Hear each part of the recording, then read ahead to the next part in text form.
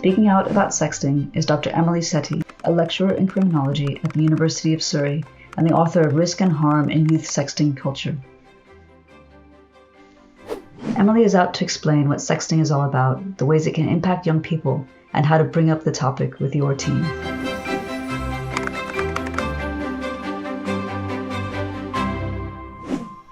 So young people send explicit texts and pictures and recorded videos of themselves. Do all of those count as sexting, even when they're live streaming in real time? What even does sexting mean?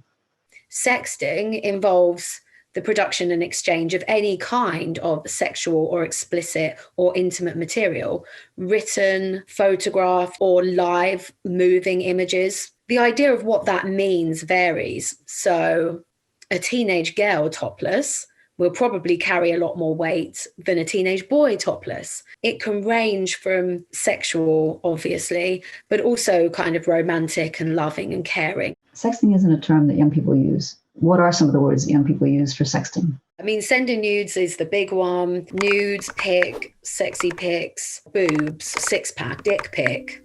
How does sexting change in terms of how old kids are? When you're talking about 12, 13-year-olds, it's about what's the expectation on me to do this? What's the normal way to participate in this, either as a boy or a girl? And engaging in the practice can often be more about those social goals and that peer pressure. You can find boys behaving in ways that are quite coercive and harassing of girls because they're under that pressure to live up to the accomplishment of getting a load of pictures of girls coming under pressure to respond to that. And then their images getting shared. And it's a very big social thing that can have real life-changing effects on young people at that age. 15, 16, 17 will start saying, oh yeah, we've grown up a bit now. If we want to engage in sexual communication with each other online or digitally, we're doing that because we want intimacy, because we actually really care about sex and that's about our identity. When you actually start teasing out, well, what has actually changed then? Yeah, it is true that images are being kept more private and it's happening between, say, people in a more committed relationship and they're not just sharing this stuff around and treating each other like that. Some of what I think they call maturity is just normalized stuff that they've just learned how to get away with. Girls feeling under pressure, boys being quite pushy, sending dick pics because they think it's funny. Older teenage boys will say, oh, you wouldn't forward an image en masse to all your friends. You just show it to them on your phone. You won't get caught. You haven't got any other boy in trouble by getting it on their phone. And that's the problem with just teaching kids the risks. You end up just making them really good at avoiding the risks, not actually behaving ethically or kindly or responsibly or how we'd want them to behave. You said that all young people are aware of sexting, and even if they're not sexting themselves, they're part of the sexting culture. But then look at our whole society. It's normalizing this intense focus on bodies, whether that's with celebrities or weight loss or fitness. And so it's the whole thing, sexting is part of that visual culture. Can you speak to that a bit? Yeah, definitely. It's not just about sharing your body. It's about a particular idealized body that is put up there that we can see in celebrity culture and advertising. And young people are learning to relate to their own bodies within that context of a great deal of scrutiny. When I was younger, you get out your magazine and you look at it all and you passively just absorb that as a consumer. Now, these digital devices enable young people to create their own self-representations. You can edit your own pictures now and Photoshop and really curate an image of yourself, just like the celebrities are doing. Young people will all be aware of it. How they feel about their own bodies and what they want to represent out there in cyberspace will be very variable. You will get the boys sending around the dick pics and you will get girls posting really quite revealing pictures, on social media or sharing that, right? And that does happen. And then you get young people share quite revealing stuff, but they do it within a context that they define as non-sexual. So you mentioned about fitness, diet, and that kind of thing. Very normalized. Boys standing there with their six-pack, with their weights, the girls in the bikini doing those kind of poses. It's all along that spectrum of exposure. It's very difficult to go in and tell young people that they are fundamentally doing something wrong when this is very much the world that we live in now. And that world is created and perpetuated by adults. Something I know that young people value is honesty from adults about the fact that this is a societal issue. We look at people who are like 30 and 40 and they're engaging in some of these behaviors as well. How does that make sense? Is it okay because they're over 18? Something you said is interesting to me is about boys thinking of a dick pic as being like a request. So for them, the consent doesn't come into it when they send the dick pic. It's more if the girl replies, and that's consent. And if they don't hear back from her, then she's not into it.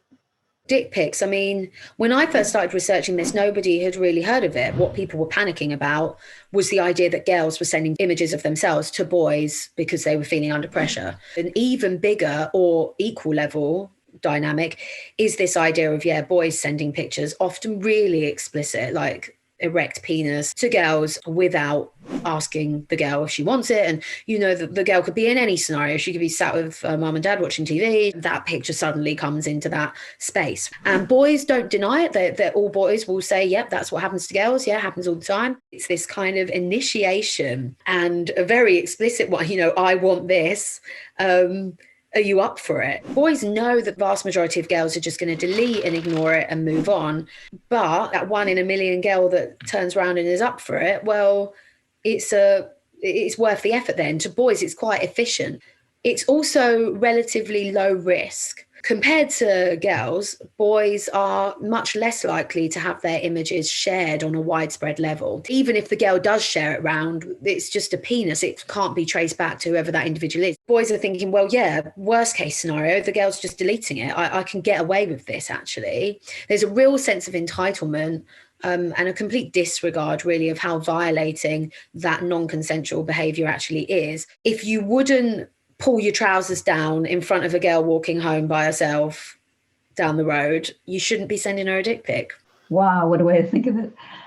So is it misplaced for parents to think, oh my gosh, my girl's sexting, what about her self-respect? Instead of worrying about the fact that their son is sexting and maybe forwarding images or sending dick pics himself.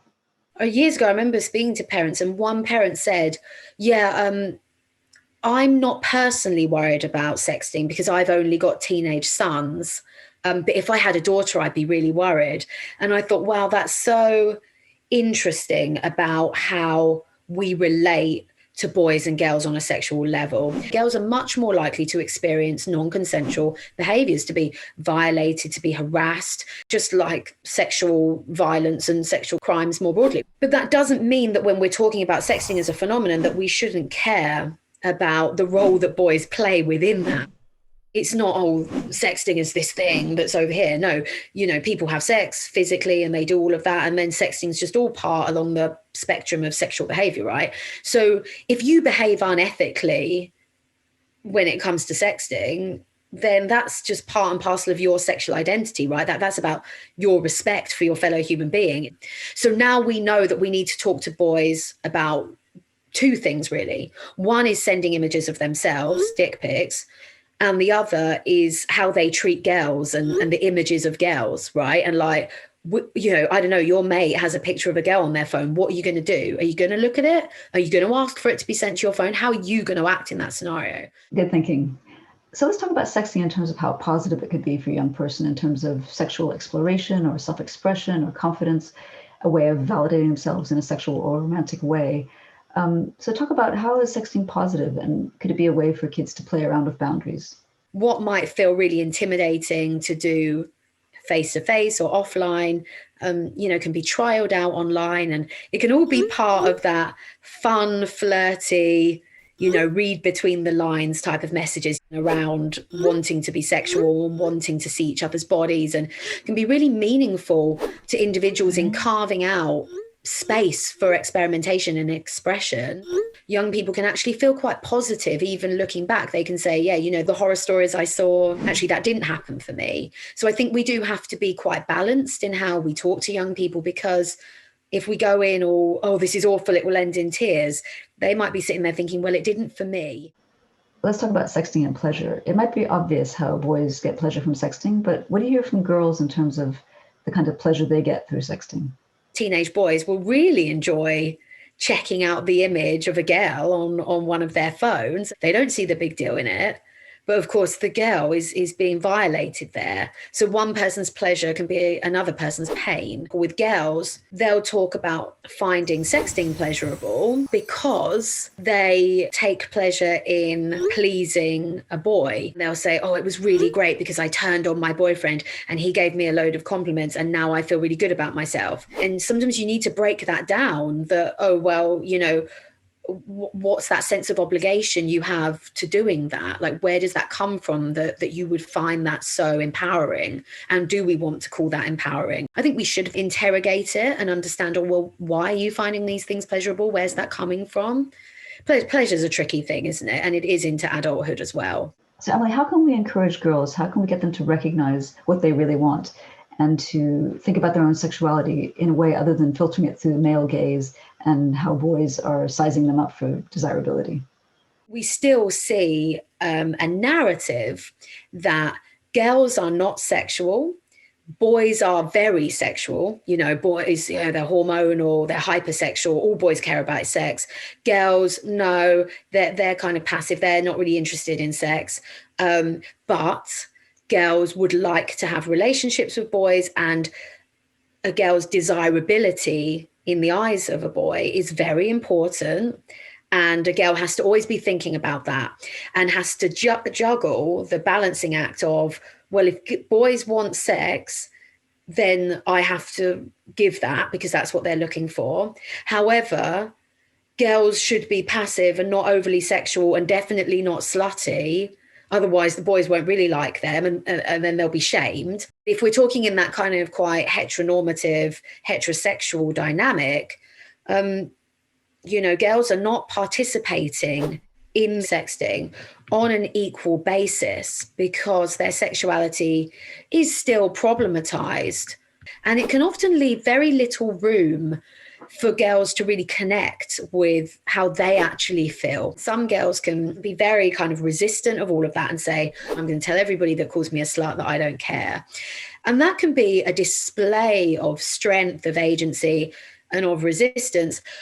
But it can start to crumble quite quickly because, you know, some of the girls that I've spoken to who enact that kind of narrative will then say that it's still really horrible when they're bullied and they're ostracized and when all the boys call them disgusting and all the rest of it. So it's really not simple. We do need to change the narrative about how we speak to girls about their sexuality. Well, boys will be boys. Boys will always be unethical. Boys will always seek out sex and use girls and treat them badly. And I think it's about time to start dismantling that. We need to be teaching both boys and girls that girls have a right to their own bodies and that should not be violated for any reason. And the first step in doing that is to stop talking about shame and disrespect and that every girl that is sexual has a self-esteem problem. You know, I think what we call a self-esteem problem is actually the dilemmas girls face of navigating those contradictory narratives around sexuality, and giving an equal narrative to girls and boys about their sexuality is so important. It's about sexual rights, about rights to pleasure, and about rights to a sexual identity away from stigma. Because we're all surrounded by pictures of women that are so highly sexualized, it's not surprising that a girl might want to take pictures of herself in certain poses or wearing certain clothes to see how she measures up. It's almost like we're set up by our culture with this idea that women and girls are judged by their looks, by their bodies. You've absolutely hit the nail on the head with the problem. We set up girls to measure their own value and self-worth on the basis of how attractive and desirable they are. Then when they navigate it, when they're trying to appeal to it, we say, oh, look, you've got it all wrong. You don't respect yourself. You've got low self-esteem. So I'd like to bring up porn here. It seems to be affecting young people's attitudes and behaviors and perpetuates a lot of harmful stereotypes. So what kinds of pressures are boys under in terms of gender stereotyping? You can see this equal pressure to have to be really sexually capable and cool and calm and like, I know what I'm doing, it's all good. when you speak to boys one-to-one, you find that how they really feel is a lot more complicated than that. You mentioned pornography, and often the biggest thing that comes out of it when they talk about it is it's unsettling them about how they feel about themselves, how they're relating to their bodies. They're saying, well, we're looking at the guys on a porn film and we don't look like that. And we don't think we can act how they do. And, is that how you pleasure a girl? Is that what it looks like? That they're really trying to make sense of what they see. Boys say to me, it doesn't look like that would really be pleasurable in real life, but then we don't know what's really pleasurable in real life because no one tells us. We can all say porn shouldn't be sex education. Okay, cool. What should sex education be then? How do we teach teenage boys and girls about pleasure and about what sex looks like? How do we do that? That's the thing I think adults find probably more difficult than giving warnings about the danger of pornography. So here's the $1 million question.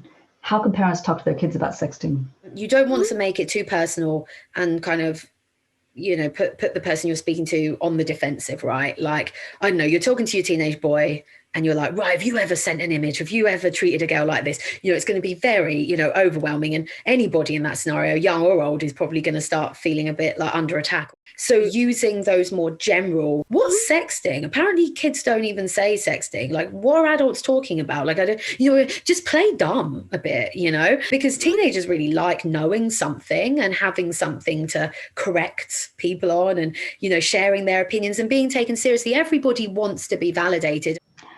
I'm a real advocate of using news stories as a way to talk openly with your kids. That's why on the Outspoken website there's a section called Talking Points with 5 recent news articles that make good conversation starters for parents and kids.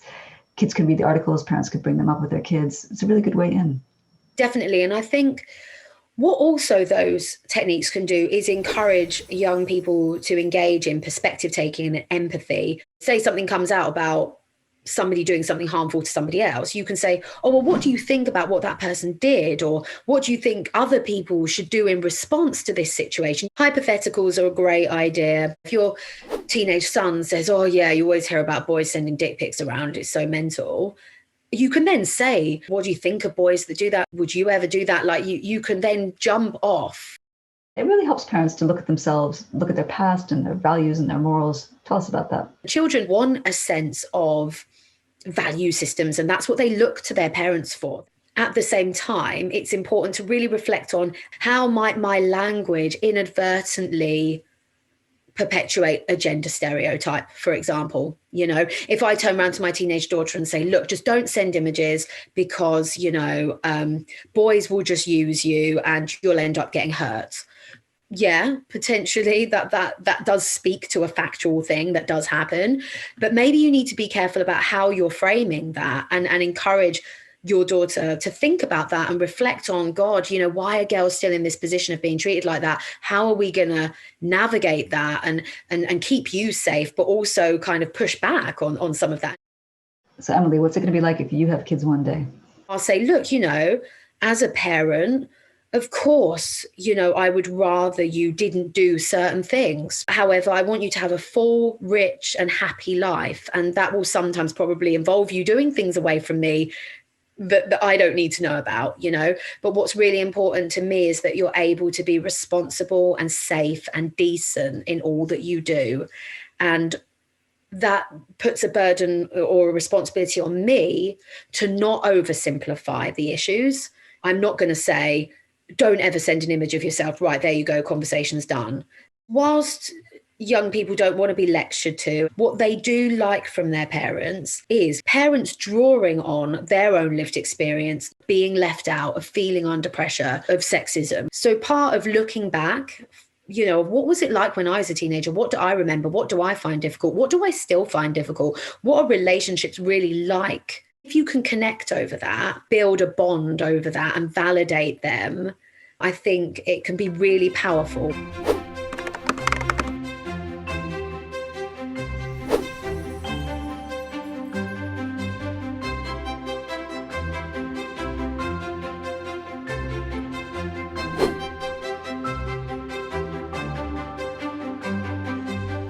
Hi, I'm Leah, Director of Outspoken Sex Ed.